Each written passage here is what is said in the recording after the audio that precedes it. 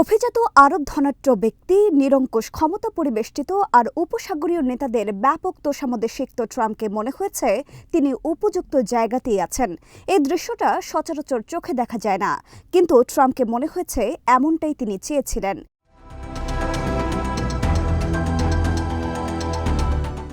এই ট্রাম্পই তার প্রথম মেয়াদে মুসলিমদের ওপর নিষেধাজ্ঞা দিয়েছিলেন। তারপরেও এই অঞ্চলে গিয়ে এবার মসজিদে মসজিদে তিনি ঘুরেছেন। সিরিয়ার নেতার অতীতকে ঝেড়ে ফেলেছেন।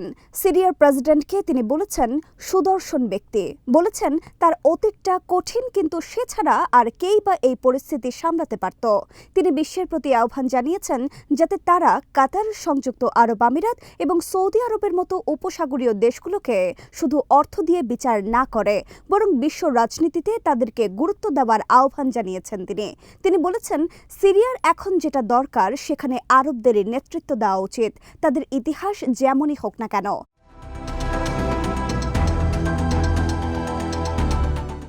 ট্রাম্পের এই খোলামেলা নীতি পশ্চিমের অনেককেই খোঁচা দিচ্ছে, কারণ যুক্তরাষ্ট্রের আগের নীতিগুলো কতটা দুর্বল আর লোক দেখানো ছিল সেটা এর মধ্য দিয়ে ফুটে উঠেছে।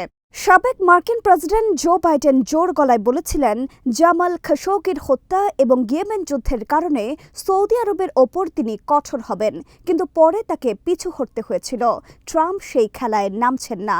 তার বার্তা স্পষ্ট, তোমার সম্পদ আছে, তোমাকে আমাদের দরকার, যা খুশি করো, সমস্যা নেই।